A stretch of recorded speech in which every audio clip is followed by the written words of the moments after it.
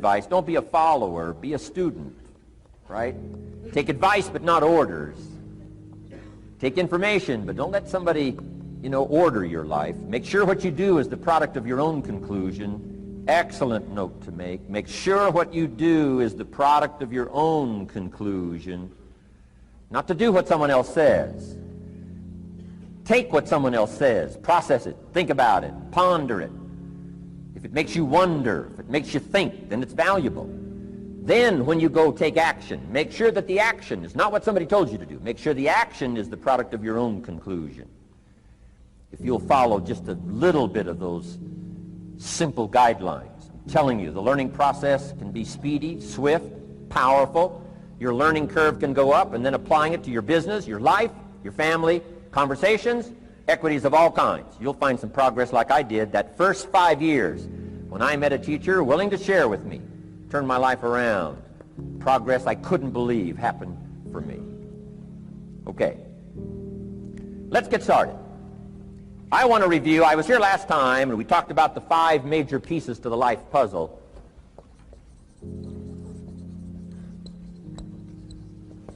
And I just want to review those because it lays such a good foundation for all the rest that I want to share with you today. We got a lot of subjects to cover, so we're going to go rather swiftly, okay?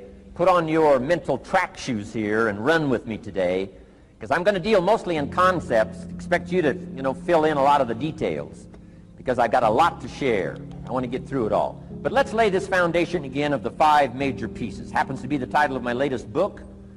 But I think it is so valuable in laying a foundation. It's some of the things I learned between ages 25 and 30.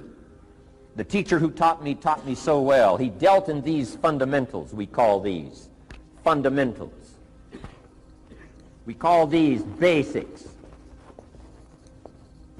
Basics for sports, fundamentals for sports, fundamentals for your business, fundamentals for the way you deal with your family, a few simple things. Few basic things that if you practice every day can make all the difference in the world, how it works out. I boiled it down to 5 major pieces to the life puzzle. Let's just review those. Number 1 is philosophy. Philosophy, as I taught the last time I was here, philosophy, in my personal opinion, is the major determining factor in how your life works out. Philosophy, the major determining factor in how your life works out. Philosophy. To form our philosophy, you got to think. You got to use your mind. You got to process ideas. And this whole process over a lifetime, starting way back here when we were children, schools that we've attended, our parents, our experiences, all this stuff that we've processed by the thinking process helps to develop our philosophy. And in my opinion, each person's personal philosophy is the major factor in how your life works out.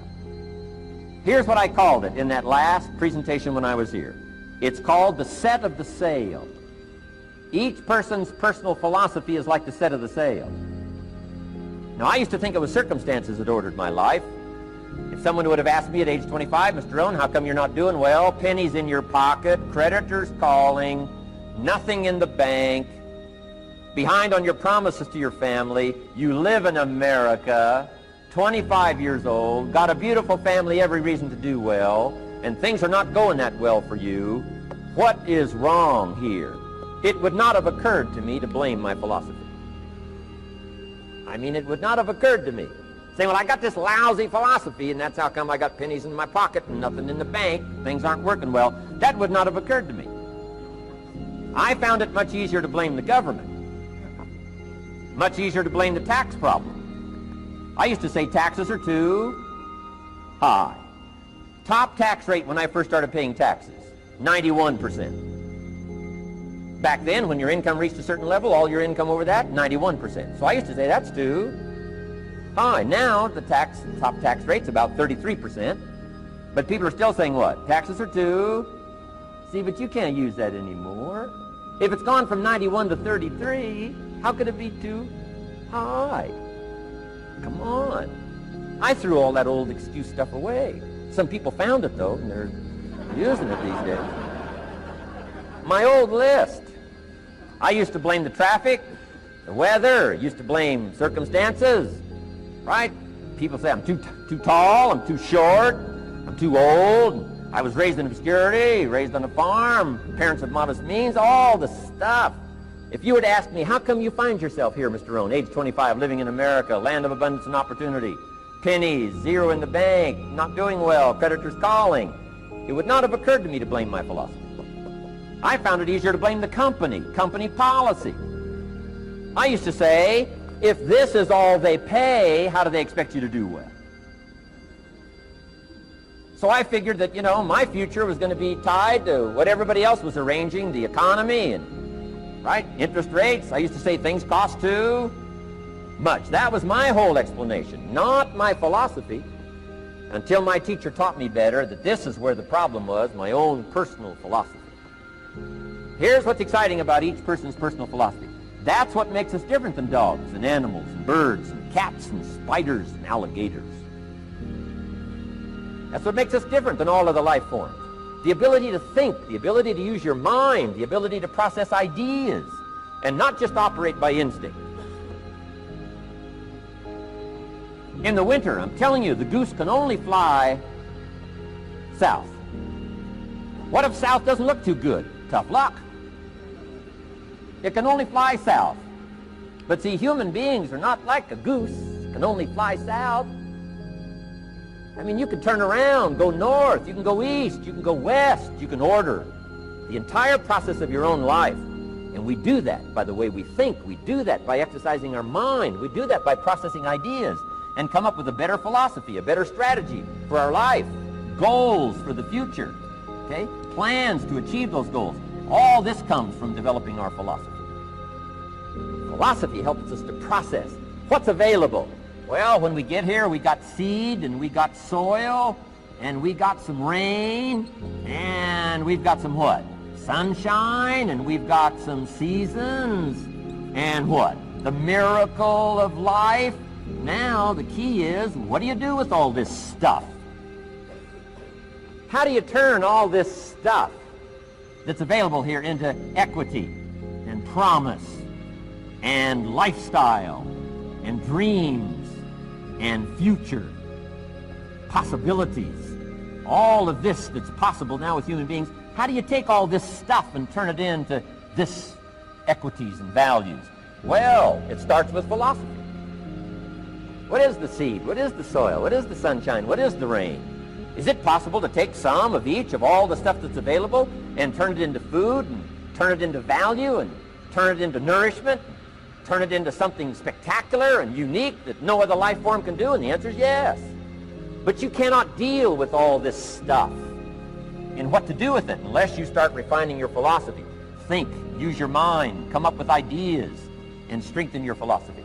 So the seed and the soil and the rain and the sunshine, this is called, the economy and the banks and the money and the schools and everything that's available out there, processing information, what to do with all that, and turn it into equity and value.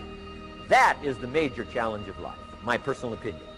So each person's personal philosophy now is going to determine what you're going to do with seed and soil and sunshine and rain and miracle, the change of seasons. That's it. My personal opinion. Each person's personal philosophy is like the set of the sail. That's what this seminar is for today. Help you to trim a better sail. You don't need a better economy. You don't need better seed and soil. In fact, when it comes to seed and soil and rain and sunshine and seasons and the miracle of life, that's all you got. Now, what if you blame this stuff? Then you're blaming all you got.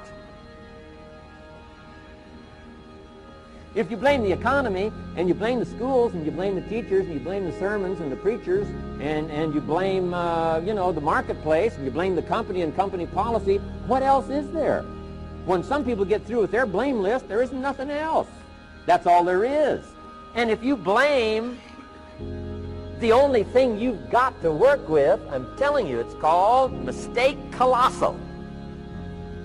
In not understanding that that's all you've got to work with. And if this is all you've got to work with, then you don't change the seed, and you don't change the soil, and you don't change the rain, and you don't change the sunshine, you don't change the seasons. Right? Guy says, I'll take 3 springs, 4 summers, 9 falls, no winters. No! You can't fool with this stuff. You got to take it like it comes. then what do you change to make your life work well? You got to start with your philosophy. Guess what I had to do at age 25 in order to change my own future? I had to change my mind. I had to change my thinking. I had to change my philosophy. I was messed up on what was causing my problem. And once I got that straightened out, that all the stuff I blamed, the government and taxes and the marketplace and the economy and things cost too much, negative relatives, cynical neighbors, once I got rid of that and started going for where the real problem was, which was me, I'm telling you, my life exploded into change. My bank account changed immediately. My income changed immediately. My whole life took on a whole new look and color immediately. And the early results I got from making these philosophical changes tasted so good, I've never stopped the process from that day until this. And I'm telling you, with a little consideration of the refinement of your sail, by setting a better sail, refining your philosophy, your whole life can start to change from today on. You don't have to wait till tomorrow.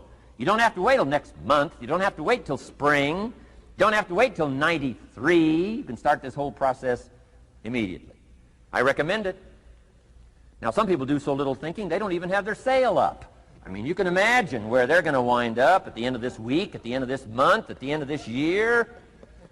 Now's the chance to change, process all this information. So number one is philosophy. Okay. And we dealt with all that, where we get ideas from personal experience, from other people's experiences. I don't want to get into all those details because we covered that the last time I was here. But philosophy, that's number one, my personal opinion. Each person's personal philosophy. Here's the definition of success and failure. Just make this note. Here's failure. A few errors in judgment, repeated every day. Now, you can automatically assume, Mr. Rohn, I say, I can understand that. A few errors in judgment repeated every day. For 6 years? I'm with my father. I think I told this story the last time I was here. My father, 88 years old, he's never been ill, still hasn't retired. Not long ago, midnight, we're getting ready to go to bed. We've drilled a new well, got some extra water, got some more acres going. He's all excited. At midnight, we're getting ready to go to bed. My father's eating what he calls his midnight snack. A little bite to eat before you go to bed. Don't have to go to bed hungry. And I'm watching him eat this midnight snack. Guess what he had? An apple, a few graham crackers, and a glass of grapefruit juice. I said, no wonder my father's so healthy. My mom taught us all those good health practices. Taught me when I'm growing up, right? I'm an only child. I've never been ill. Passed the big 5-0 some time ago. My two daughters, 32, 33, never been ill. My grandkids, never been ill. I'm telling you, the legacy lingers on. As I watched my father have this midnight snack, suddenly occurred to me. I know that's part of it. An apple, what? A day. That's gotten to Dallas-Fort Worth, right? An apple. An apple a day keeps the doctor away. Good question for this intelligent audience. What if that's true? You say, well, Mr. Rohn, if that's true, that would be easy to do. Then what's the problem? It's easy not to do. It's easy not to adopt it as your own personal philosophy. Or the guy messed up the saying. Guy says a Hershey bar a day. Say, no. No. You've been watching too much television. It is not Hershey bar. You got to be smarter in philosophy than to fall for the Hershey bar a day when it's an apple a day. You've got to be smarter than that. And if you make that kind of an error in judgment every day for 6 years, I'm telling you, it'll accumulate into disaster. Sometimes the first year you say, well, you know, I'm so healthy now, what difference is it going to make? You've got to be smarter than that. Just because disaster doesn't fall on us at the end of the first day doesn't mean disaster isn't coming.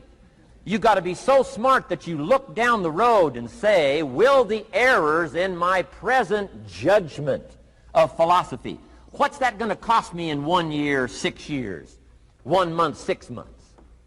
I'm telling you the money cost and the health cost and the success cost is too gigantic if you'll look down the road a little ways and say, are there errors in my current judgment like an apple versus a Hershey bar? Is that just a good illustration of some of the rest of my errors in judgment? If it is, that's where I found myself at age 25. I started working when I was 19. I met my teacher who helped turn my life around when I was 25. That's 6 years. At the end of the first 6 years of my economic life, I've got pennies in my pocket.